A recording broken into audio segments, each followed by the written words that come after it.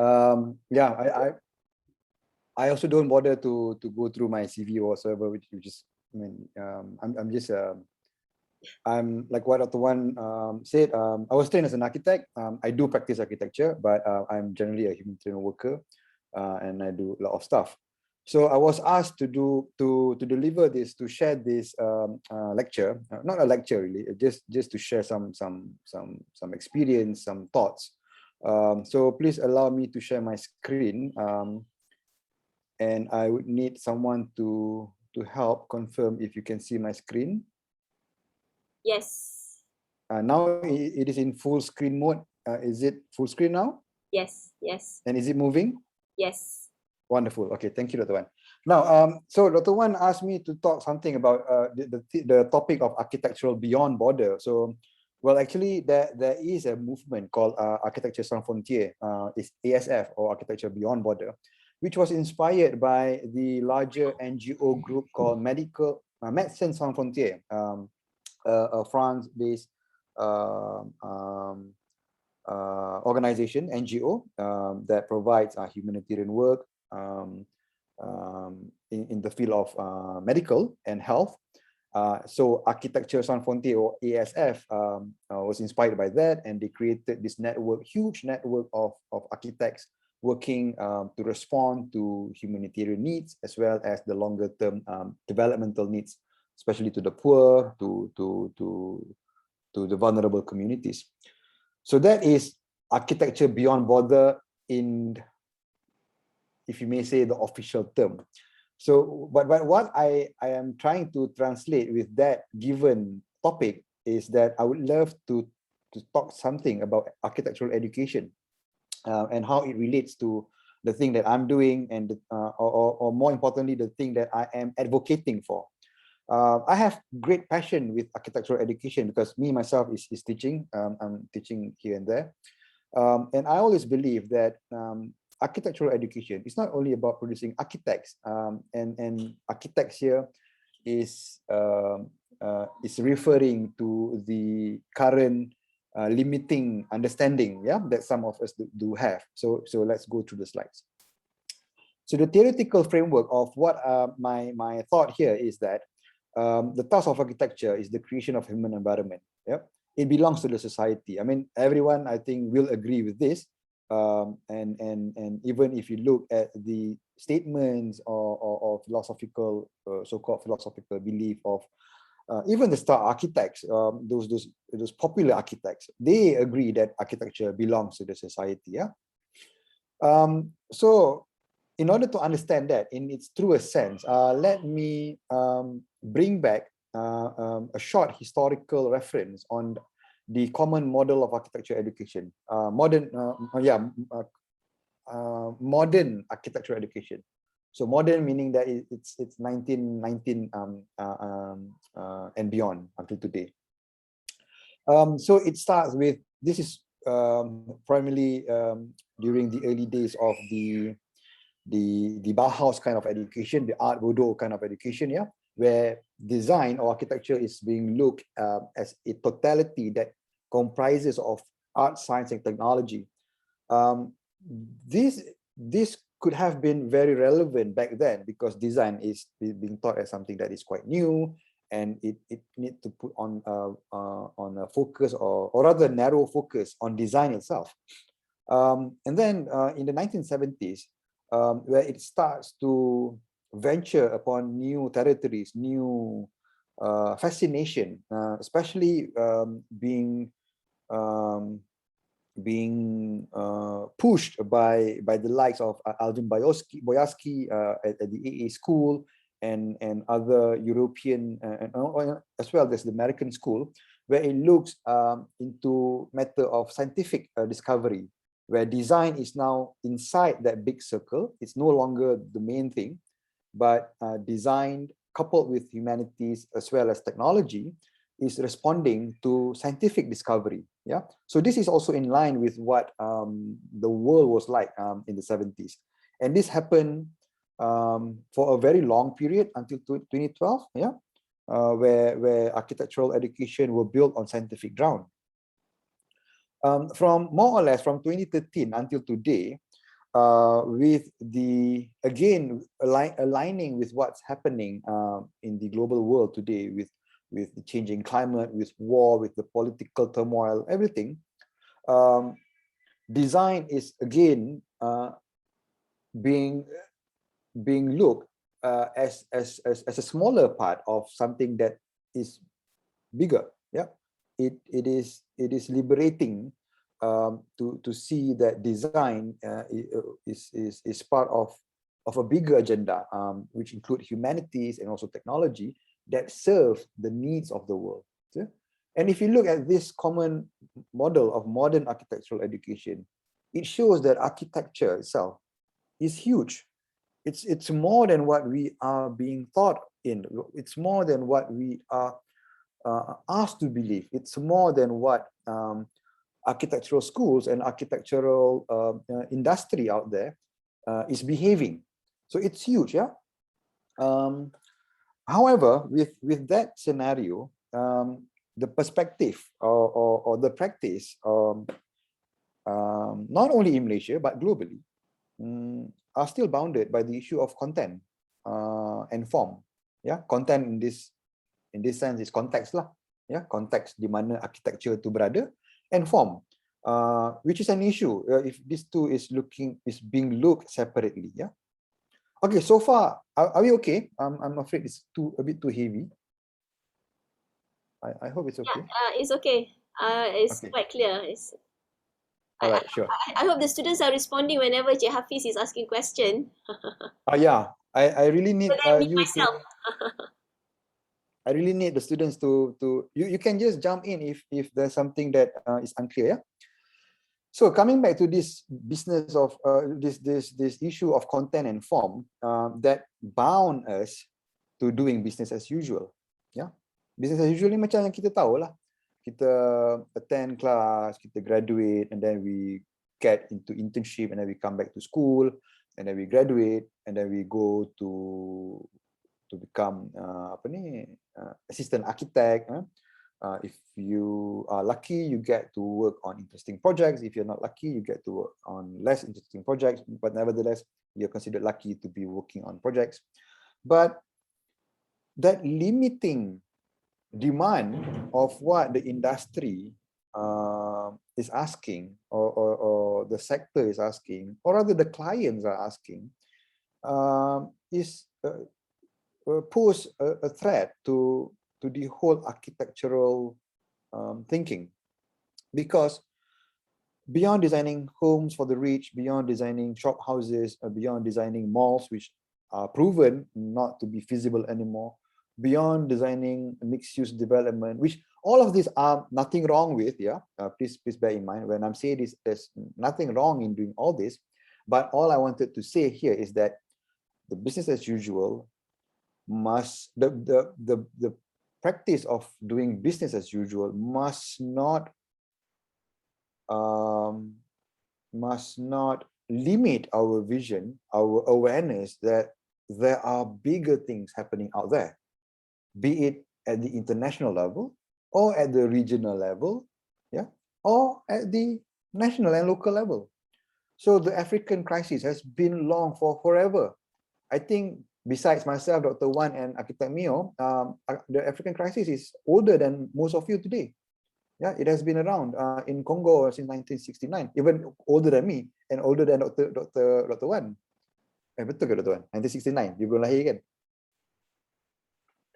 And then the Syrian refugee crisis, which has been in its 7th year, yeah, where people migrate and are being forced to live in a state of subpar of what humans should be living in. Yeah, and this is an image of what happens from the Syrian crisis, the Syrian war crisis. Yeah, a refugee camp in Jordan called the Zatari camp, which is the largest refugee camp in the world. It housed 1 million population. 1 million in technical terms. It's supposed to have its own mayor. It's the size of a city, of a small city. But yeah, this is the reality. It is still a refugee camp, and if it's a camp, it's unlike a city, it's unlike a township. It doesn't have all the adequate infrastructure and support services. But I think there's a lot of roles here that can be played by architects, designers, engineers, planners to improve this kind of situation. Yeah. So this is a closer look at what Zatari Camp looks like. I'm not saying that architect can solve the world problem. We can't. Yeah. If the closest that you want to be to solving world's problem is to become a politician. Even becoming a Malaysian politician won't do much because we have less voice out there. But what architects can do is to solve within our realm of work, design, planning, improving the environment, etc. Yeah. And closer to home is in Bangladesh, which is not that far away from us, is a Rohingya refugee camp in Cox's Bazar that is hosting about 1 million. Sorry, Zatari camp hosts more than 1 million. I'm sorry, the fact was wrong just now. But the Rohingya refugee camp here is hosting around 700,000 to 1 million refugee in Cox's Bazar. And the Rohingya refugees came from Myanmar. Yeah, they were unrecognized, they were persecuted by the government of Myanmar, and they need to run away. And also closer to home is this kind of scenario. This is from 2018 Central Sulawesi, to be precise, in Palu, where it was hit by a strong earthquake, a huge tsunami, and it was followed with a vicious phenomena called liquefaction. Liquefaction ni dia tanah tu jadi macam bubur tau, dia jadi lembut, they soften the soil and it suck down everything. So again, of course, this is clearly engineering work that need to be improved, yeah.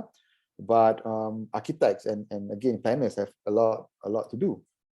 At home, for example, the 2014 huge East Coast flood is a big call to all of us to do more. Yeah, damages on houses, people that don't have adequate basic shelter, and I think this is still fresh in everybody's mind. Yeah, the December 2021, January 2022 flood that hit multiple states, mainly in Selangor, in Klang Valley, in this picture is in Sri Muda, and also in Hulu Langat. Yeah, this was in Hulu Langat. So it clearly, this phenomena clearly shows us that there's a lot of role that everyone can play, and that everyone includes architects. Yeah. Therefore, again, asking the question, is it okay for us architects to do business as usual? Is it okay that teachers of architecture to teach as usual? Is it okay for students of architecture to learn as usual, to propose ideas as usual? Is it okay for owners of architectural firms to keep on doing business as usual? Maybe the answers are okay. Maybe the answer is okay. It's fine, because if we as architect decides to do business as usual, there's nothing wrong. Yeah, there's nothing wrong.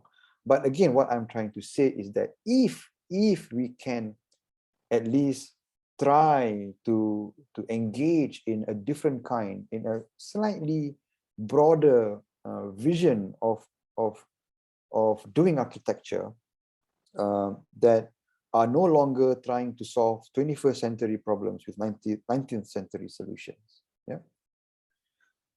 So to conclude all of those, I came out with this diagram that shows the power that architecture and architects bring to the world. Yeah, we are dealing with users, of course, our clients, our users. Yeah, we are dealing with physical and social context. Yeah, your site analysis, all those analysis that you're doing are dealing with that, and we are dealing with the architectural design solution itself. And this is a combination of multidisciplinary, interdisciplinary, transdisciplinary factors. Yeah, be it from planning, structure, technology, politics, economy, industry, psychology, behavior, humanities in a broader sense. Yeah, the issue of ecological needs, sustainability, sociology, etc., etc. So these are the power that architectural education bring to us that made architecture and architects as something that is powerful. Tapi powerful ni kita jangan sombong lah. Masalah dengan arkitek ni dia sombong. Dia selalu cakap, oh, arkitek terror. Dia terror daripada planner, dia terror daripada engineer. We need to scrap that ideology lah, ya. So by liberating architecture from its current situation, hegemonic order ni, architecture's social interface with the reality of human life, the keyword here is reality of human life and the environment, need to be or shall be made relevant again. Dan as I said, I can only share with you my limited experience and knowledge, but I think it's worth sharing because I think it is also an obligation for me to share what I was, all the kesempatan dan peluang yang diberikan lah untuk saya practice architecture, maybe slightly different, so I take that as a peluang lah, as a rezeki lah, So this brings us to the next topic of architectural knowledge as a tool for humanitarianism, and I can only say this because I work in the field of humanitarian. Maybe ada yang boleh cakap pasal architectural knowledge as a tool for literature, for art, for economic development, macam-macam, but I'll focus on what I'm doing lah, which is humanitarian. I'm involved in Mercy Malaysia, an NGO in Malaysia, maybe the biggest humanitarian NGO in Malaysia and also in Southeast Asia. It was founded by Tan Sri Dr. Jamila in 1999 as a medical relief society. Its main purpose is to provide humanitarian aid, and humanitarian ni, kemanusiaan ni, dia punya aktiviti dia termasuklah kegiatan-kegiatan yang, I mean, what we call as activities that aims to save lives, to reduce human suffering when they are being faced with disaster, with conflict, with crisis, and with respect to human dignity. So that is humanitarian in a nutshell lah. And Mercy Malaysia main mandate is to do humanitarian aid, to do humanitarian activities.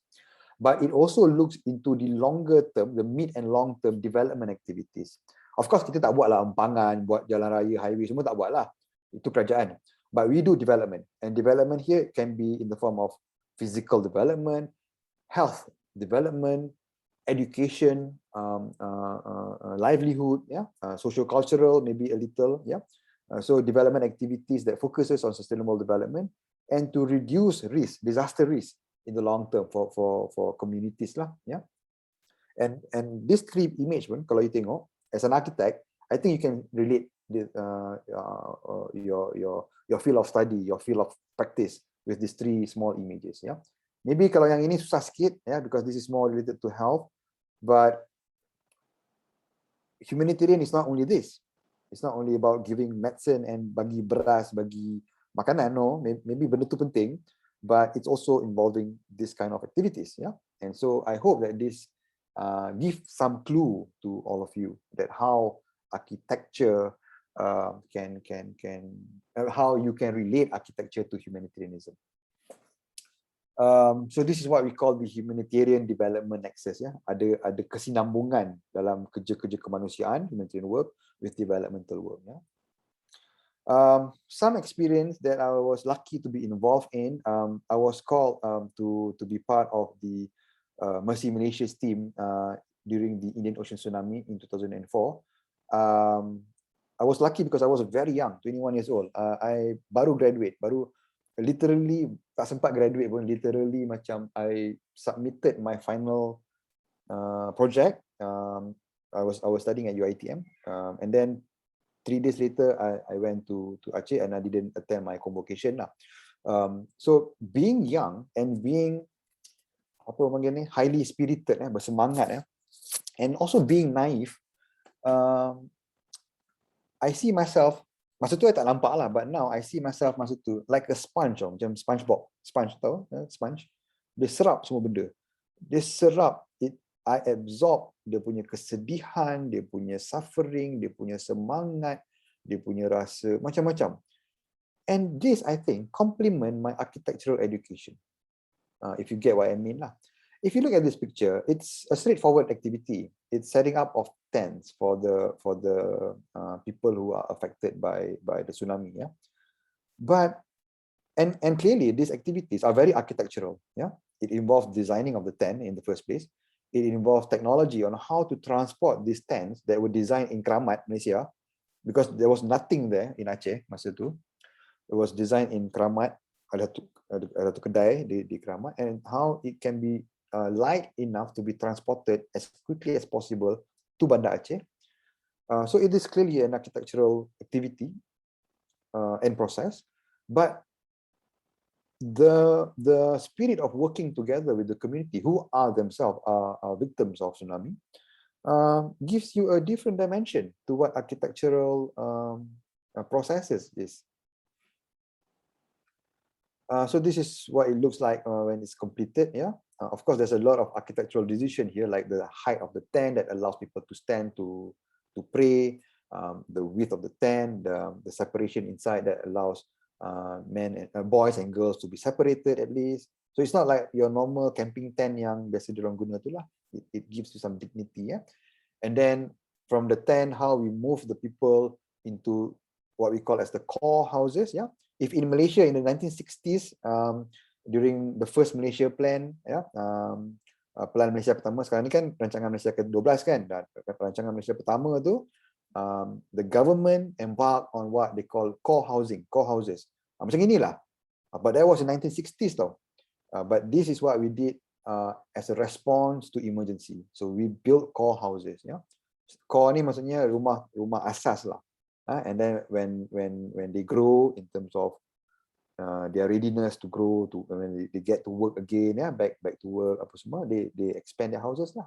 So this is what it looks like, yeah.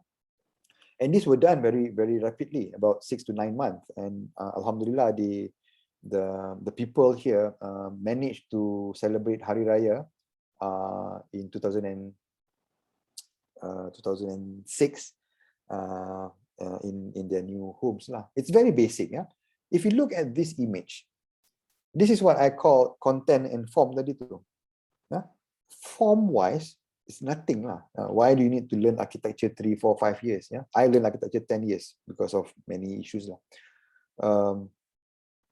Why do we need to learn architecture 4 years just to come up with this kind of form? So clearly, it is not only the question of form. Form wise is very simple. But content-wise, the decision to do all this, and I'm not saying that this is the perfect solution for that situation. There's a lot of mistakes that we've done. But form-wise, content-wise, it demands us, including myself, a very young architect back then, who was supervised by my own sifu lah, Haji Nur Azam, who's also an architect, in coming out with this architectural solution. Yeah? And of course, it doesn't stop there. It's not only about house, yeah. It's not only about rumah, shelter. It's also about providing clean water, toilets that are safe. So these are all some of the activities that involve not only architects but engineers, yeah, civil engineer, structural engineer, geologists, yeah, engineers electrical engineers as well. Yeah. So luckily, Malaysia has a solid team of technical experts. Yeah, so this is what we did to get clean water in Aceh. And then, of course, for other disasters, we do other things. Yeah, so this is back home in Kelantan, 2014, and you see here again, this is clearly an architectural process, an architectural thinking process. Why after disaster, the need to provide transit home is very important. Padahal transit home ni akan dibuang, akan dimusnahkan, membazir lah orang kata. But it's more than that. And this is an evidence, a proof that a good judgment, a good architectural thinking process will bring significant impact to human. Let's say if we don't want to do transit home, because when people, the victims of the flood that are forced to live in tent, and architects come in and build permanent homes, like the the usual way of doing things, yeah, JKR akan masuk bina rumah, it would take about a year. But for them, the victims, this is how their mental state are behaving. And hopefully, inshallah, by providing a simple solution, architectural solution, which is in the form of a transit home, that only costs about 6 to 7,000 ringgit, will reduce that stresses on their mental health condition. Yeah. So this is a transit home design that we did for Kolokerai, Kelantan. Yeah. Again, it's not about the question of form, because form-wise is very simple. Rumah kayu, kotak, rectangle. Yeah. It can be constructed within four days time, provided that you know the strategy. You use atau tukang atau material semua. One unit, maximum 4 days. Siap. And the whole small village includes musala, includes community space. Yeah, it's a small kampung, it's a real kampung. And this again, the way I look at it, of course, humanitarian in nature, but involves a lot of architectural thinking process and architectural solution, architectural decisions. Yeah. Of course, if you look at other NGOs, I mean, not all NGOs are willing to spend, but if you look at most NGOs, even the government, when it comes to dealing with victims of disaster, will do at the bare minimum. Yeah? Why do we want to do this kind of small kampung for them? Why do we want to build a musala with this kind of design? Why do you want to bring to do this teras depan ni untuk orang duduk? These are all costs, additional costs. Tak kisahlah RM300 ke RM1,000, but additional cost. Because these people are victims of disaster. They don't have the right to ask or to demand, which clearly is a wrong perception, which clearly is a wrong kind of thinking. Yeah, because we need to remember, even though they are victims of disaster, they have all the rights to live with dignity.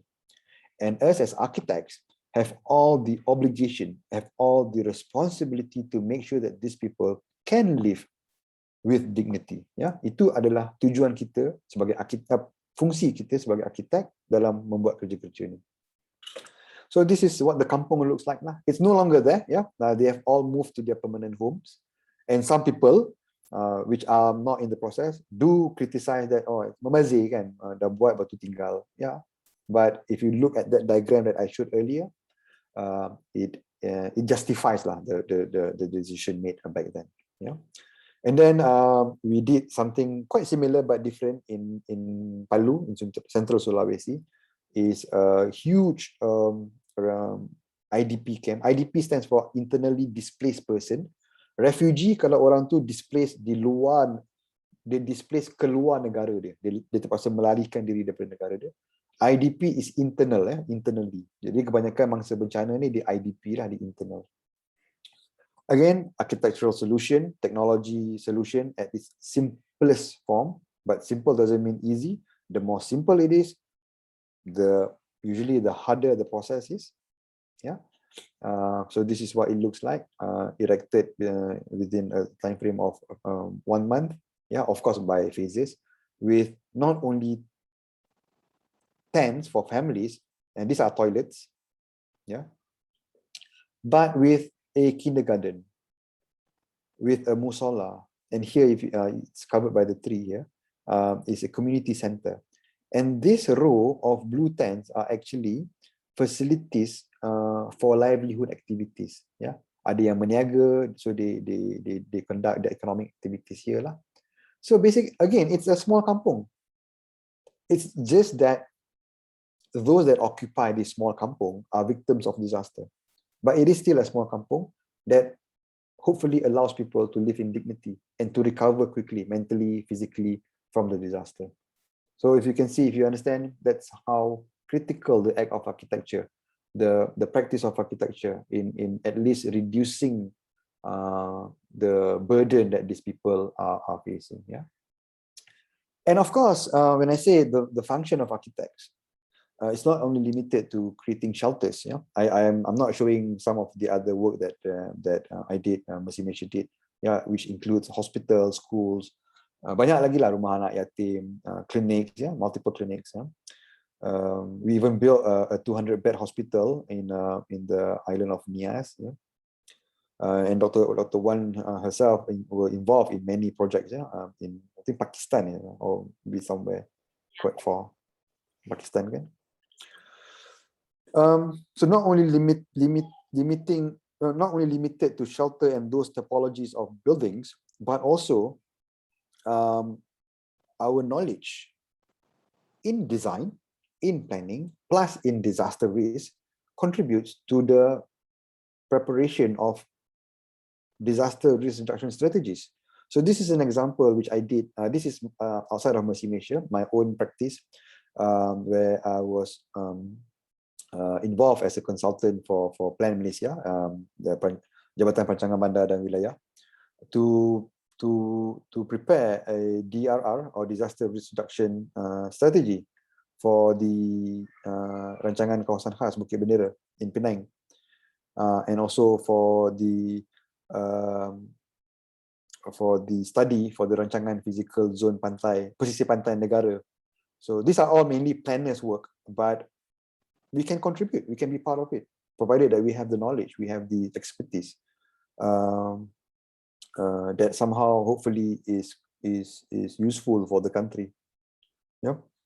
And some other things, these are all the next slides are all examples, sharing of examples. Some activities that are being conducted in Hulu Langat by Mercy Malaysia. Again, my Sifu tadi tu, Haji Nur Azam Abu Sama, is leading the team in Hulu Langat. He's been there since day 2 until today, working non-stop without being paid. I mean, sebab tu ada Sifu. Dia, I mean, if you want to know more about him, you can ask Dr. Wan. I mean, everyone knows about him. He's this unique architect lah. Yeah? Maybe designing, he's a good designer, but more important, he's a good humanitarian. Yeah? So this is some of the activity that we are doing in Hulu Langat: post-disaster needs assessment, of course, shelter rebuilding, infrastructure rebuilding, yeah. And then me and my team, we produced this for Mercy Malaysia, because back then in 2014, the Menteri Besar Kelantan asked Mercy Malaysia if we can propose something as a solution for the flood victims, yeah. But obviously it didn't happen. I mean, but it doesn't matter, because at least we has put some thought, some dedication in trying to come out with architectural solution to resolve the issue of people affected by the flood, or the big flood of 2014. So these are some examples, yeah. And some examples which are not my works, some examples outside. So these are, if you look at these images, maybe some won't believe that these are post-disaster shelter or housing units, yeah. But this is how how serious the Japanese are looking into developing living environment, a better living environment for people who were affected by disaster. This is how serious they are, yeah. And then this is one of the best projects in Aceh. We learned a lot. Like I said, the one that Mercy Malaysia did was okay, maybe not the best, or rather, of course not the best, not maybe, of course not the best. But this is one of the good case study, designed by Uplink. The architect that was involved here is Andrea Fitranto, is the founder and the prime mover of architecture San Frontier Indonesia. Yeah, I can link you guys with him if you want. So these are some of the work. Invite him too if you can. Yeah, why not? Why not? Andrea, or we call him Chuck. He's a good friend. Very inspiring lah. Yeah, I think you should invite him. Okay, all right. Thank you, Hafiz. And then a village reconstruction in Kampung Nibikan, Yogyakarta, after the big earthquake 2006 by Pak Eko Prawoto, a very highly respected architect, yeah. And this project was shortlisted for the Agahan Award. So it's interesting that Pak Eko, again, you can also invite him. I know him personally. Very nice guy, very yeah, canggih lah ni orang-orang manusia ajaib lah ni ya. So what Pak Eko, the statement that Pak Eko made is that saya ini seperti bidan yang membantu melahirkan rumah-rumah ni lah, melahirkan rumah-rumah ni. Dia bidan. He regard himself just as a bidan. Ibunya adalah masyarakat itu sendiri. So that was his statement. And he is a great architect. He was trained in the Belahe in Netherlands, a student of Will Arets. So yeah, so that is the kind of thinking that they have there lah. Yeah, and also in Taiwan, in India, a lot more. And again, clearly, all these 12 thumbnail images are the work of none other than architects. Yeah, which are not dealing with acrobatic form, but deals with the issue of content, asking the right question. And these are some, just a summary, what architectural knowledge can contribute to. Yeah, protection, memang jelas lah kan, shelter protection, food, education, health, basic needs, the shelter itself, wash is water, sanitation and hygiene, livelihood and social cohesion, yeah, kebersamaan, satu paduan sosial. Yeah. So as a conclusion, now that we realize that the knowledge of architecture can be so powerful, hopefully that everyone realizes, and meaningful, it is about time for us to put greater ambitions to architecture. Again, there's nothing wrong with what architecture is now, but maybe it is time for us to put greater ambition. Mimpi lebih sikit lah. Kita sebagai arkitek ni, kita kuat mimpi kan. So kita kena mimpi, bukan pada design kita saja. Kita mimpi architecture itu sendiri. Greater ambition to architecture. So I won't conclude with anything, but I just want to put some contoh of questions, yeah, because I believe that what is important is not to find the answer or the solution, but to begin with asking the right question. So, dear students, participants, even to the lecturers and even to myself, we should be asking, can architecture be the link to assist in providing human securities? Yeah, we have the answers. No? Is architectural education has the influence towards democratic institutions and societies? Can the act of architecture eliminates human development and progress? So these are all huge questions, but I believe are the right question that we should be asking ourselves. Yeah, because way back in 1992, Mark Wigley is a very famous Professor. Mark Wigley is a very famous author and also educator. He teaches in many schools, including Harvard GSD. So in his book, The Future of Architects, he wrote that architectural education becomes a form of optimism that gives our field a future by trusting the students to see, think, and do things with the goal to achieve a certain evolution in architectural intelligence. These are huge words. So, setiap patah perkataan tu besar makna dia. And if we link it to something that we believe what architectural knowledge can contribute in, and in my case, in today's case, is humanitarian, what Mark Wigley says is very true, and it is in our hands, the current generation, to make it happen and to improve what has been started. Yeah. So with that, I would like to say thank you again to everyone.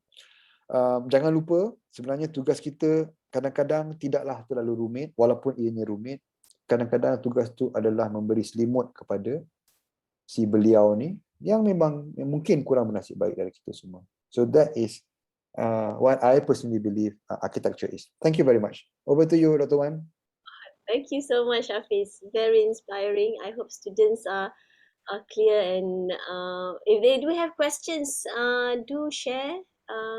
Any questions from the students? Ziyi, Ikmal? Ada soalan? Atika? Don't be shy. I mean, Cik Hafiz is a very good person. Saya jauh, saya tak nak gigit orang pun, jauh sangat. very friendly also.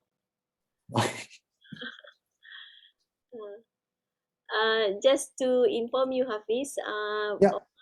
the assignments that the student is doing is about the series of assignments that the students are doing is linked with this kampung orang asli in Lata Kinjang. Okay. So it's in Perak. So one of the assignment is looking into the tiny architecture that can boost up the kampung orang asli Lata Kinjang in terms of its edu-tourism.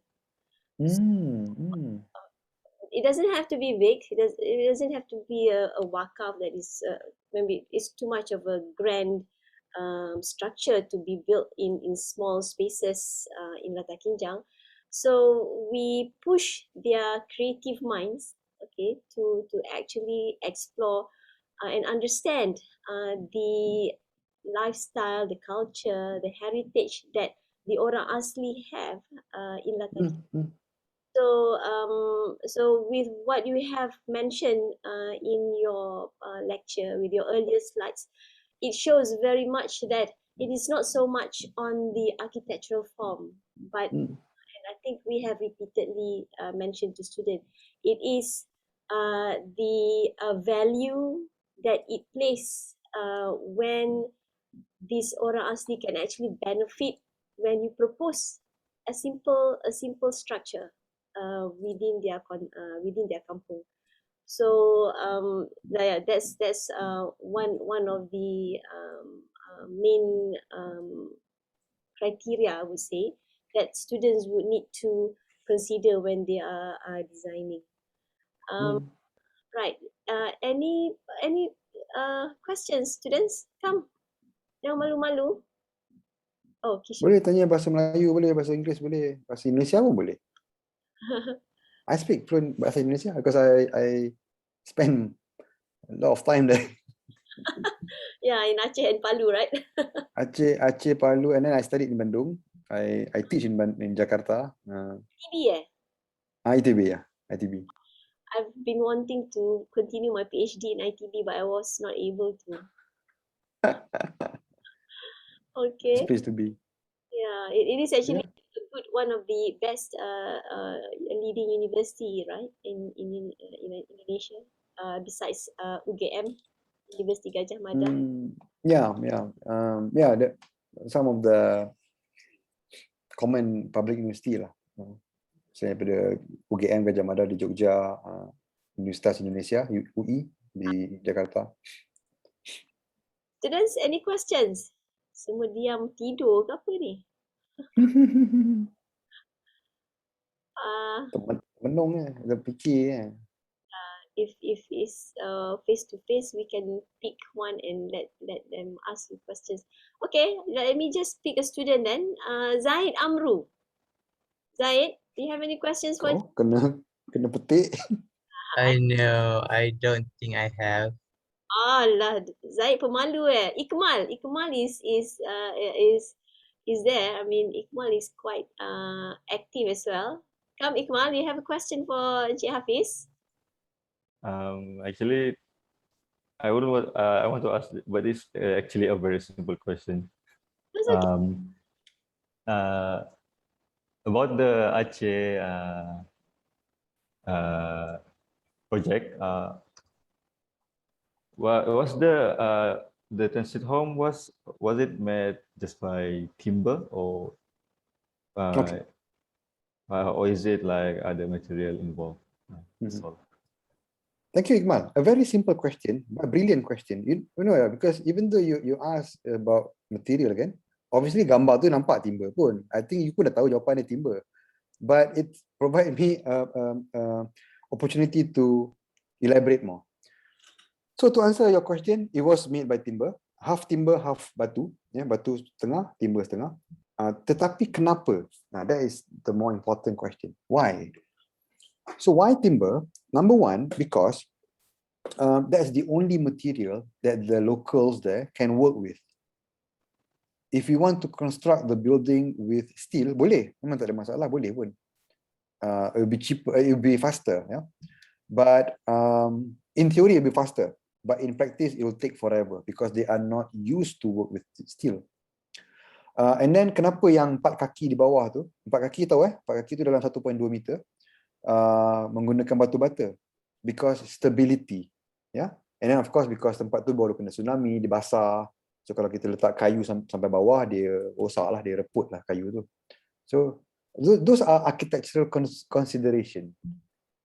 So yeah, to answer you, it's timber and batu bata. Hafiz, Yeah. ask you, if I'm not mistaken, you guys did some sort like a testing, seismic testing, right? Betul. You did not, yeah. There must be a reason because I saw that the house is slightly raised even though it is made of concrete at the bottom part. Okay, yeah, betul. I pun terlupa nak cerita. So we collaborated with the engineer, the structure engineer department of Universitas Syah Kuala, Unsia, and then we did this shake table study to look at how the house will behave. Yeah, and we get experts from Nepal, masons from Nepal, because Nepal they are very used to masonry work that is so-called anti-seismic lah. So these are all the experts that came over to Aceh and helped us. So we made that study, and then until the house doesn't break at a certain level of earth movement, then we adopt that design lah. So the house wasn't raised, but it was constructed using rough foundation. So the whole thing is a rough foundation, and then we put the brickwork, which have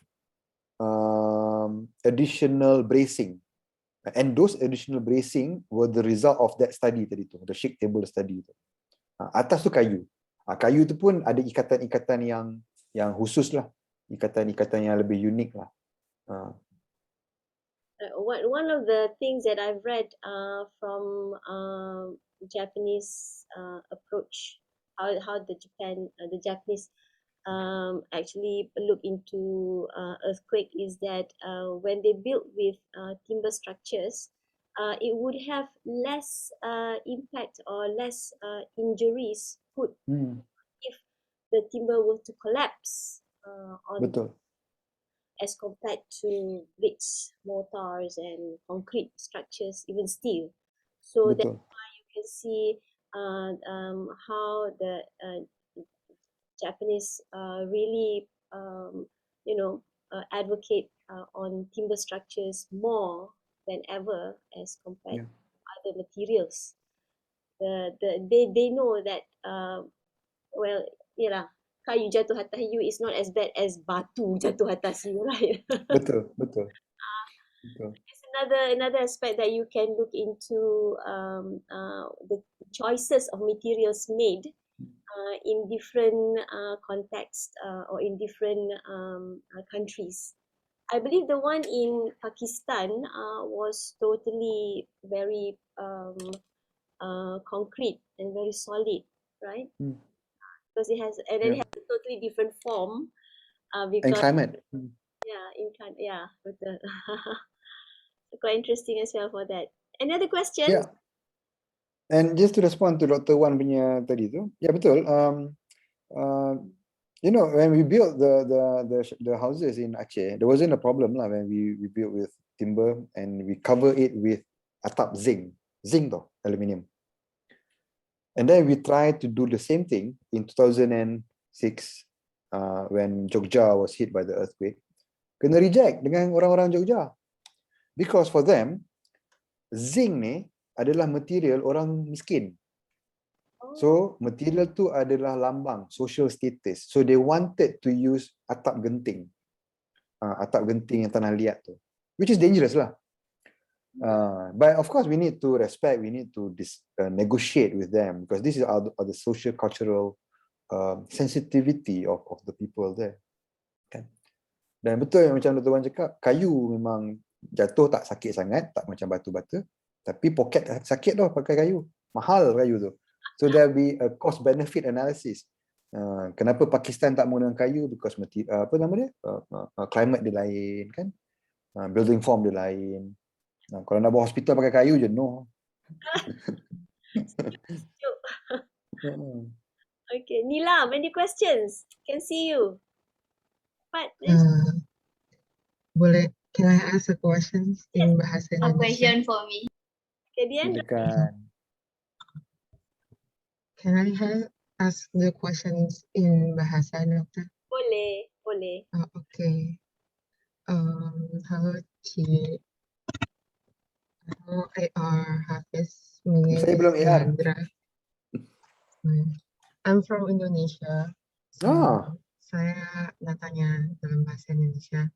Silakan. Biasanya kan kalau di Indonesia tuh ini mungkin bukan pertanyaan arsitektur, tapi biasanya kalau di Indonesia itu paling susah untuk approach lokal dan government sekitar kan, untuk gimana jaga shelter seterusnya.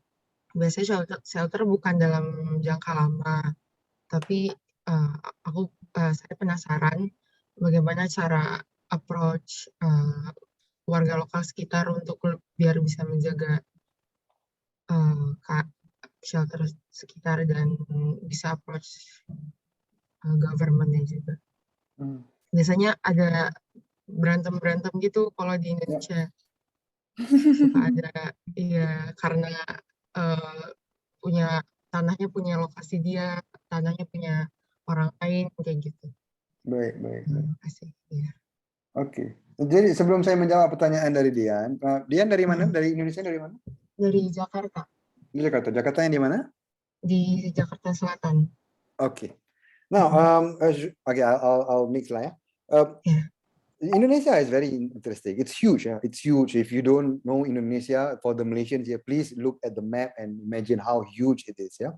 And the reason why, before I answer this, I asked Dian where she came from, because since the country is huge, the context, the richness, the sophistication of the country is memusingkan, memeningkan. Jadi tadi kan dia bilang ada yang berantem-berantem, ya benar. Jadi atau misal kalau kita pergi ke lokasi atau ke daerah-daerah yang lebih jauh ke dalam, ya? Better explain. Not everybody know what is berantakan.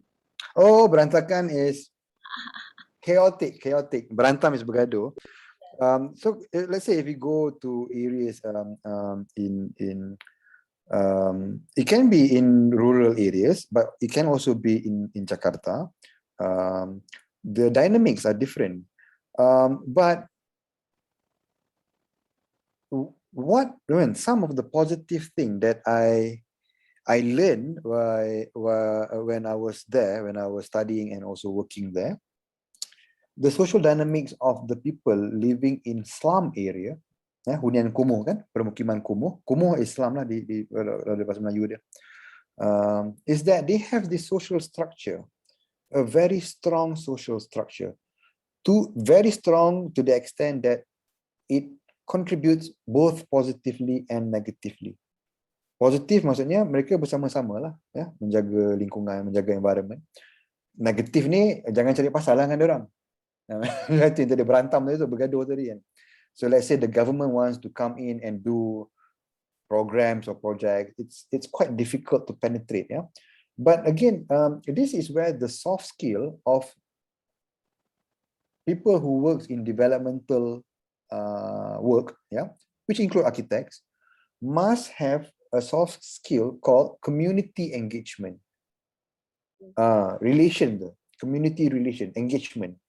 Humanitarians are demanded to have this skill. Kita mesti boleh buat community engagement. Kita mesti boleh buat sesi-sesi apa ni dia panggil turun padang, bercakap, kalau di Indonesia ngobrol lah, ngopi semua tu lah kan. Duduk, those are work tau, bukan lepak saja tu. Itu so just to, I mean, of course I can't answer your difficult question here. It will take too long because it will take many scenarios and examples. But maybe one approach to it is to build our skills in community engagement. Yeah. Yes, that's true. I think the students have already been exposed to community engagement since day one. They joined this subject. Do you guys remember your first community engagement? Fakri, ingat? Fakri pergi tak Lata Kinjang? Fakri dah freeze tu. Frozen. Yep, the frozen. Okay. You guys, when we split you guys into groups and we assign you one orang asli as your facilitator to talk to them. That was your first community engagement, but as a group. But in Encik Hafiz's stage would be a bit more sophisticated. It requires more focused group discussion, a bigger aspect. A lot of parties involved. So in your case, it will be more personal, right?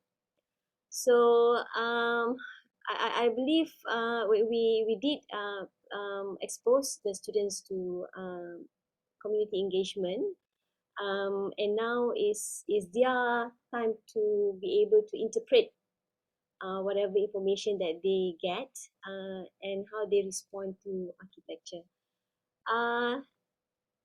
Cik Mio, ada apa-apa soalan ke nak tanya? No, tak ada. Oh, okay. Still trying to absorb what I've been saying.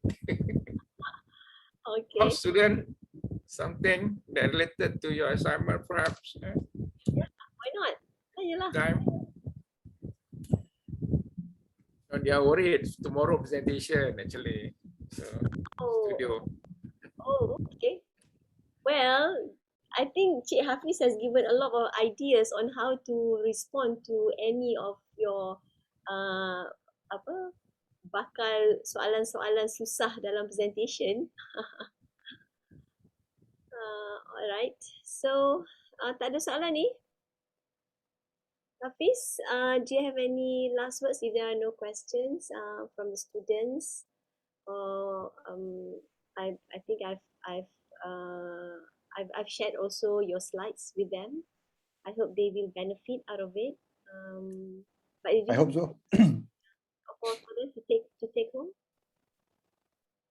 Sorry? Do you have any last words for our students? They're Okay. architects to absorb. They're like sponge, right? Tak ada last word lah, tapi all the best for your assignment besok tu. Hopefully it was beneficial. Not for you to terima bulat-bulat lah, tapi for you to untuk you berdepan dengan benda tu. Berdepan dengan senario sekarang ni, kehidupan sekarang ni. Dan berdepan ni susah, but it's easy because information is everywhere. So with whatever information that is attacking you, in your face kan, all this situation, we need to continuously ask question lah, at least from our position as architects and architecture students. So bertanya, selalu bertanya. And if you have any questions directly to me, you can always you can contact me directly lah. I tulis my email kat sini. You can. Oh yeah, okay. Bila saya sempat saya akan reply kalau ada soalan. Sharing in the chat ke? Yeah, in the chat. Okay, alright. Yeah. Thank you so much, Hafiz. My pleasure. Okay. Most probably after this, I may invite you for thesis year 5 lah kot. Hopefully you are free. Because most Boleh kalau kena masanya. our studio time is on Tuesday and Friday, but the interim quiz are usually on Tuesdays. Now that I'm no longer a full-time with Mercy, because I'm doing my own stuff, so most probably it's easier for me to arrange my time lah. Kawan banyak kali panggil saya tak pernah datang dulu, tak sempat, sorry lah. Kali ni saya usahakan. Okay, alright, great. Right, with that, since no more questions from students, none from Cik Myon, none No, none, but student, your attendance through the Google form. Yes, please fill in the Google Forms, students. And before we end the session, first and foremost, on behalf of the students, the department, and myself and Architect Neo, I would like to thank you so much, Hafiz, for sharing. And even I believe I myself and am already re-inspired and wanting to to rejoin whatever that I have left before. So I do hope students do keep on this dream burning, because at the end of the day, being an architect is not just about designing and serving the the the privilege, but also those who actually need your service. So with that, I would like to end the session. Thank you so much to all.